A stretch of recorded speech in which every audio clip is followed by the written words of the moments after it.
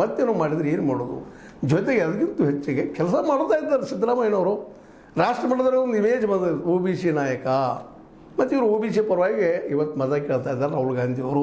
ಅಂಥ ಪ್ರಸಂಗದಲ್ಲಿ ಒಬ್ಬ ರಾಷ್ಟ್ರ ಮಟ್ಟದಲ್ಲಿ ಬೆಳೆದಿದ್ದ ಒಬ್ಬ ನಾಯಕನ ಮುಟ್ಟೋದು ಹೇಗೆ ಅನ್ನೋದು ದೊಡ್ಡ ಸಮಸ್ಯೆ ಆಗಿದೆ.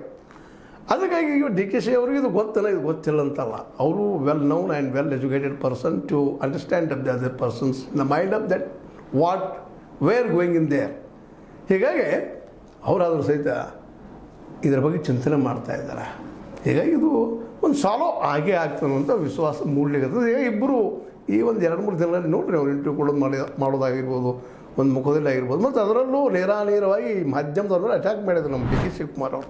ಏನು ರೀ ಸುಳ್ಸು ಹೇಳ್ತೀರಿ ನೀವು, ನಮ್ಗೆ ಕುಮಾರಸ್ವಾಮಿ ತಂದು ಇಡ್ತಾ ಇದ್ದೀರಿ, ಏನು ನೀವು ಎಂತ ಅಂತೇಳಿ ವಾಸ್ತವಗಳನ್ನು ಮಾತಾಡಿದ್ದಾರೆ. ಕೆಲವೊಮ್ಮೆ ಅನಗತ್ಯ ನಮಗೆ ಇಲ್ಲದೆ ಹೋದ ವಿಷಯಗಳ ಬಗ್ಗೆ ನಾವು ಏನೇನೋ ಹೇಳೋದು, ನಿಮ್ಮ ಅಭಿಪ್ರಾಯ ಹೇಳ್ರಿ ಅಂತ ತಪ್ಪಿಲ್ಲ ಅದ್ರೊಳಗೆ. ಅದು ನಡೆದಾದ ಸತ್ಯದ ಅಂತ ಹೇಳುವಂಥ ಏನು ಒಂದು ವಾತಾವರಣ ಇವತ್ತಿನ ಮೀಡಿಯಾದಲ್ಲಿ ಆಗ್ಲಿಕ್ಕತ್ತದಲ್ಲ, ಅದು ತಪ್ಪು ಅಂತೇಳಿ ಅದಕ್ಕಾಗಿ ಸಿಡಿಬಿಡಿಗೊಂಡಿದ್ದಾರೆ. ಆದರೆ ಅವ್ರ ಬಾಡಿ ಲ್ಯಾಂಗ್ವೇಜು ಜೊತೆಗೆ ಅವ್ರ ಭಾಷೆ ಅವೆಲ್ಲ ಅಭ್ಯಾಸ ಮಾಡಿದ್ದಾರೆ. ಇವೆಲ್ಲ 4 ಗೋಡೆಗಳ ಮಧ್ಯೆ ನಡೆಯುತ್ತೆ. ಅವರು ಸ್ವತಃ ಹೇಳ್ತಾರೆ ಇದನ್ನು. ಒಂದು 4 ಗೋಡೆಗಳ ಮಧ್ಯದಲ್ಲಿ ನಮಗೆ ಯಾರು ಗೊತ್ತಾಗಿರ್ತದೆ, ಯಾವ ಮೀಡಿಯಾದಾಗ ಗೊತ್ತಾಗಲಿಕ್ಕೆ ಸಾಧ್ಯದ?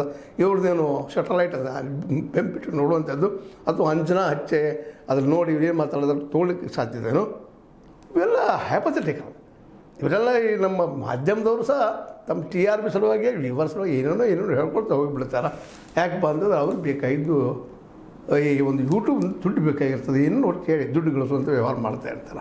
ಹೀಗಾಗಿ ಇವೆಲ್ಲರೂ ಸತ್ಯ ಹೇಳ್ತಾ ಇದ್ದಾರೆ ಅಂತಲ್ಲ, ಇವನು ನಾನು ಸಹಿತ ಅಲ್ಲಿ. ಆದರೆ ಒಂದು ಏನು ಗೆಸ್ಟ್ ಮಾಡಲಿಕ್ಕೆ ಸಾಧ್ಯದಪ್ಪ ಅಂದರೆ ಅವ್ರ ಬಾಡಿ ಲ್ಯಾಂಗ್ವೇಜ್, ಅವ್ರ ಹೇಳಿಕೆಗಳು, ಅವುಗಳ ಹಿನ್ನೆಲೆಯಲ್ಲೇ ಅಲ್ಲಿ ಏನು ನಡೆದಿರ್ಬೋದು ನಾವು ಗೆಸ್ ಮಾಡ್ಬೋದು. ಗೆಸ್ ಅದು ಸತ್ಯ ಅಲ್ಲ, ಊಹೆ.